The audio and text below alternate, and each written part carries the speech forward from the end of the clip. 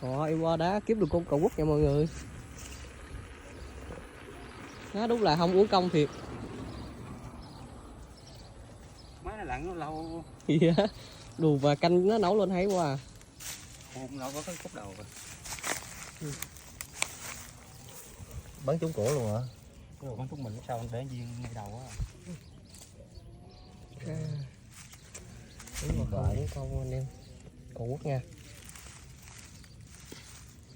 Để kiếm chỗ gửi chân ở đây không biết được.